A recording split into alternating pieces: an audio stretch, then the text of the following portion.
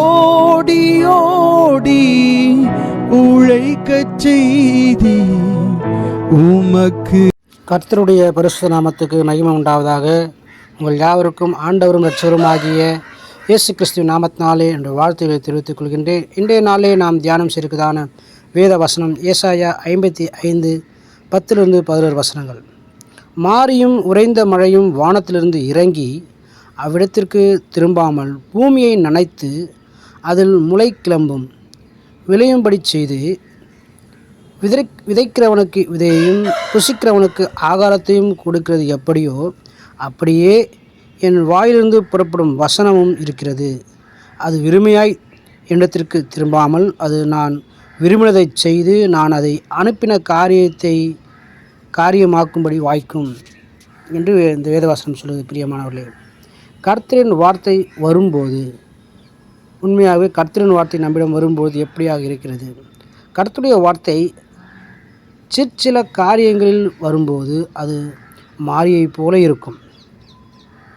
இங்கே பயன்படுத்தப்படுகிற எபிரேய வார்த்தையின் அர்த்தம், பொருள் பெருமழை அல்லது கடும் மழை.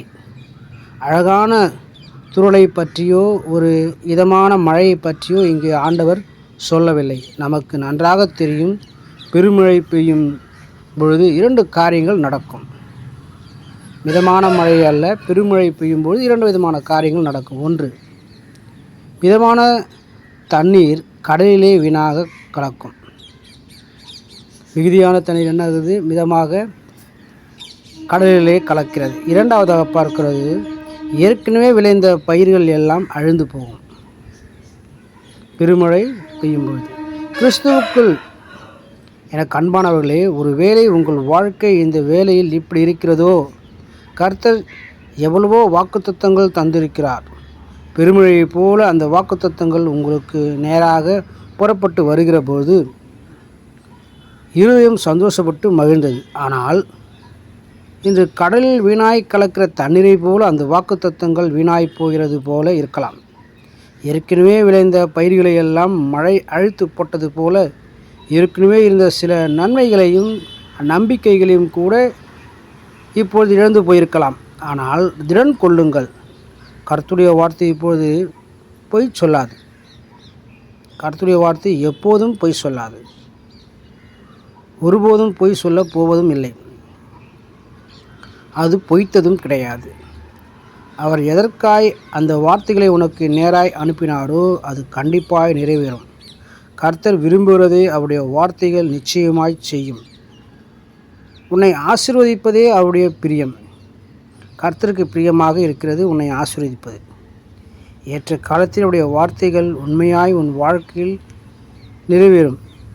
ஆகையால் நீ நன்மை நிச்சயமாய் காண்பாய்.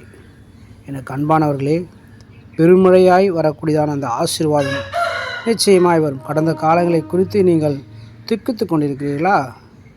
கவலைப்படாதீர்கள். கர்த்தரின் வார்த்தை வரும்பொழுது நிச்சயமாக உங்கள் வாழ்க்கையிலே ஒரு மாறுதலை அது கொண்டு வரும். நம்பிக்கையோடு கூட நாம் இருப்போம். தொடர்ந்து நமக்கு கர்த்தர் கொடுத்ததான அந்த வாக்குத்தத்தங்களை பிடித்து கொள்வோம். விசுவாசத்திலே நாளுக்கு நாள் வளருவோம். கர்த்தரின் வார்த்தை விரும்பியாய் திரும்பாது. அது செய்ய வேண்டியதான காரியத்தை நிச்சயமாய் செய்யும் என்று இந்த வேதவசனம் சொல்கிறது. ஆகினாலே வசனத்தை பிடித்து கொள்வோம். அந்த வசனத்தின்படியே வாழணுமே, அந்த வசனத்துக்கு அர்ப்பணிப்போம். வசனமுடைய வாழ்க்கையை கிரியை நாமே விட்டு கொடுப்போம். அதிகமாய் வாசிப்போம், தியானம் செய்வோம், அர்ப்பணிப்போம். கர்த்தர் நம்மை ஆசீர்வதிப்பாராக. ஆமென். God bless you.